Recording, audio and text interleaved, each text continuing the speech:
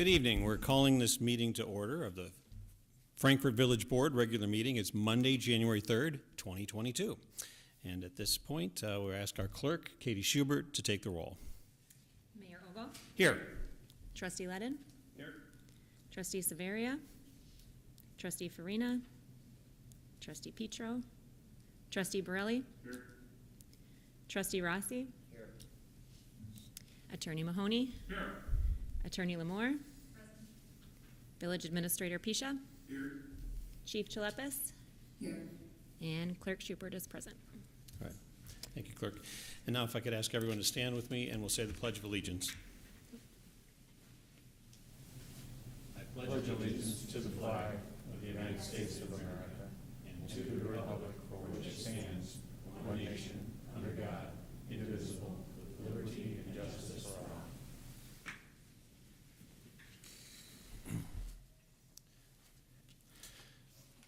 Our first item tonight is what we call the unanimous consent agenda. All items on the unanimous consent agenda are considered to be routine in nature and will be enacted in one single motion. There will be no separate discussion of these items unless a board member so requests, in which event the item will be removed from the consent agenda and will be considered separately. At this time, I ask, does anyone like to take something off of the consent agenda? Hearing none, then can I get a motion to approve the consent agenda? We have a motion by Trustee Rossi, a second by Trustee Borelli. Okay.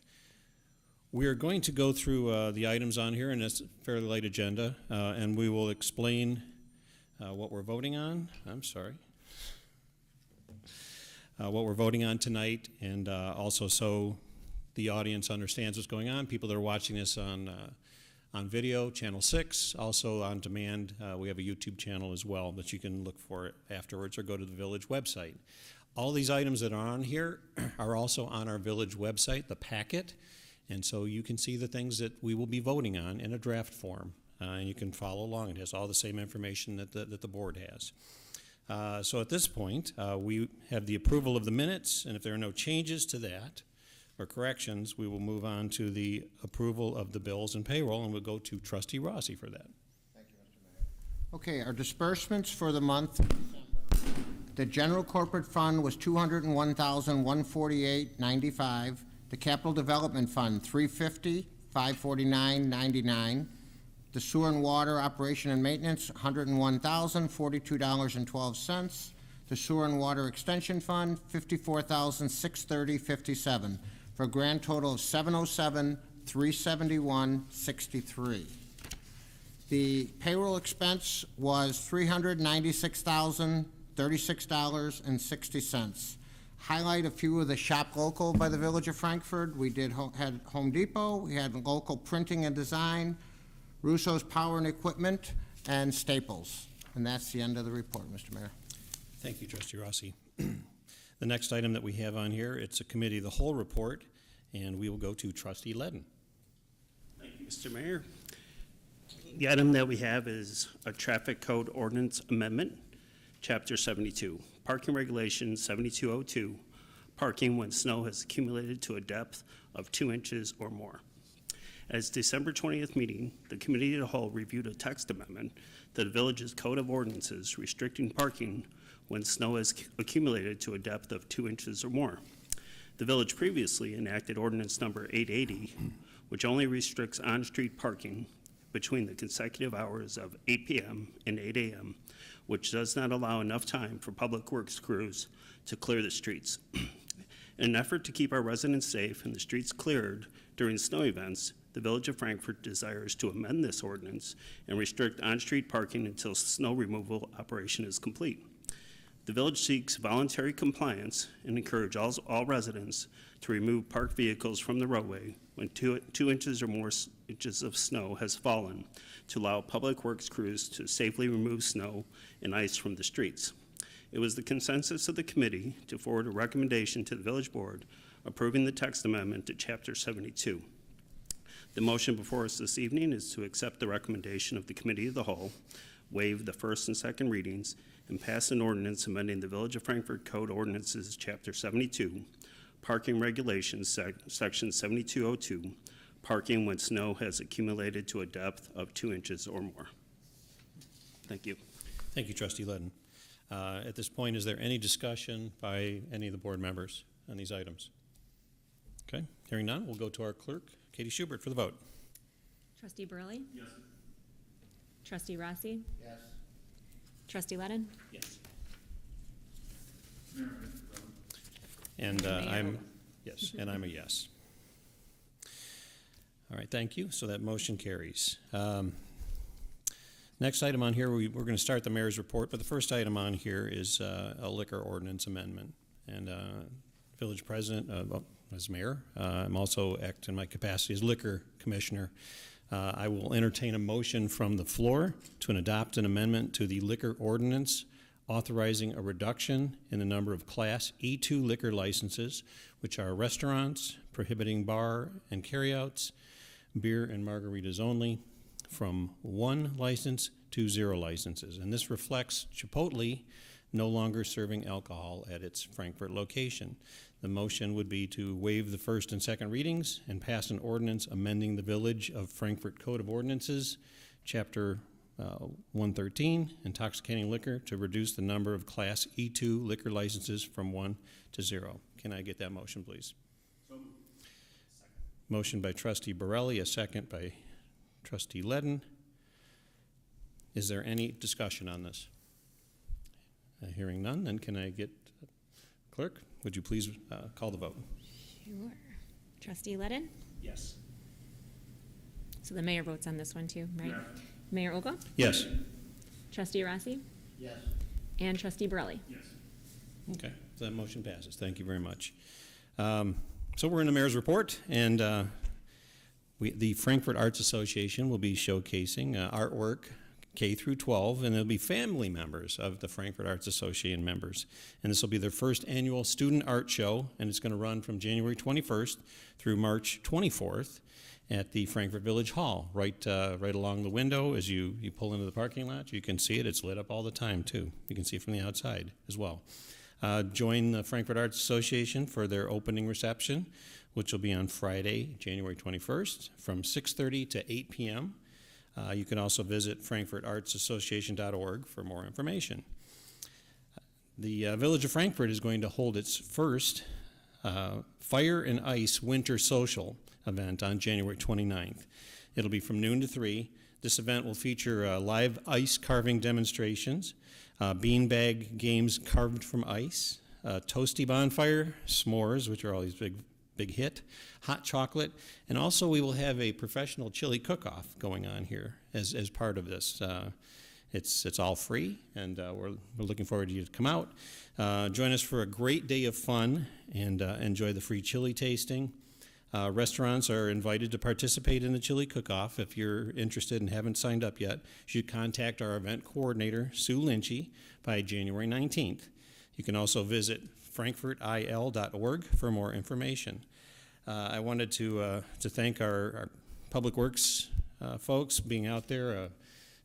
Did a great job in taking care of the snow. We were being threatened with 9 inches or major snowstorm, and we were fortunate we didn't get that much, but they took care of it very quickly. Also want to thank our utility folks for taking care of some of the water main breaks during this time of year. Water mains are always breaking at very inconvenient times. It's extremely hot or sometimes extremely cold. And I really appreciate what they do on behalf of our residents, so thank you, and also our staff internally.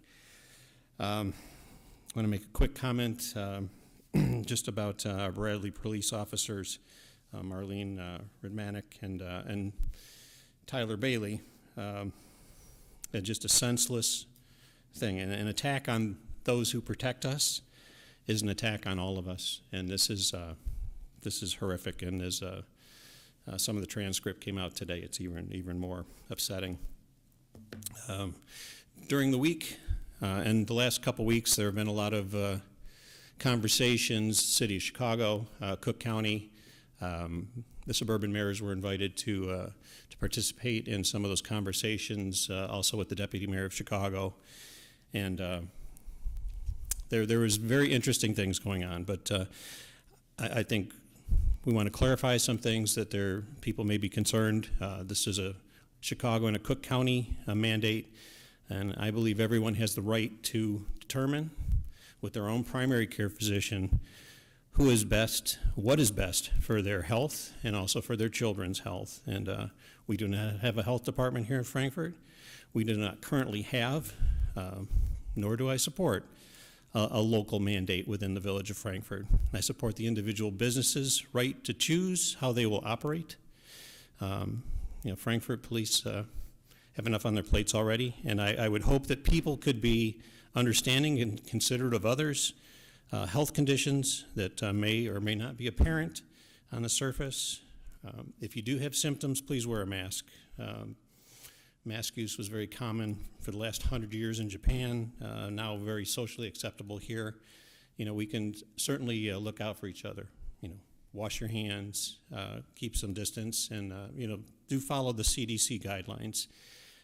But I do ask that people be understanding and kind and patient with the businesses here, and I know that the people of Frankfort will step up and they will act in high regard always too. So that's all I have for the mayor's report tonight, and we will go to board comments, and I think we'll actually start with Trustee Ledden today.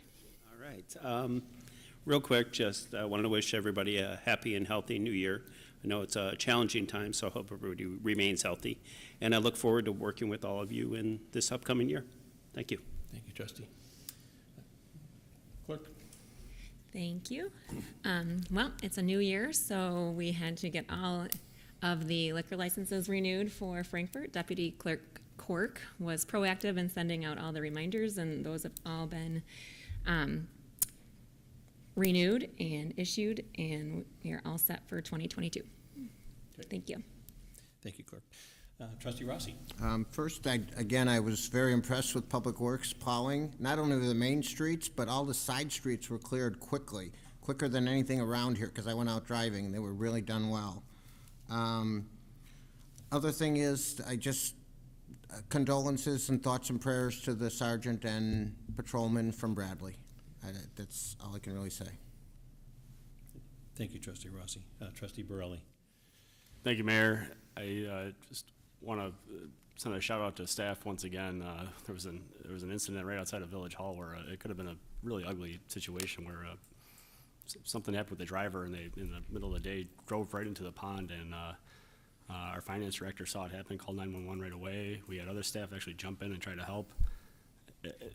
I don't know where it stops. The staff here is unbelievable what they do to go out of their way to help people, and this is just another example of it. So thank you to the staff, Rob. And my understanding is there was no injuries in that, so that's great news. So thank you. Thank you, Trustee Borelli.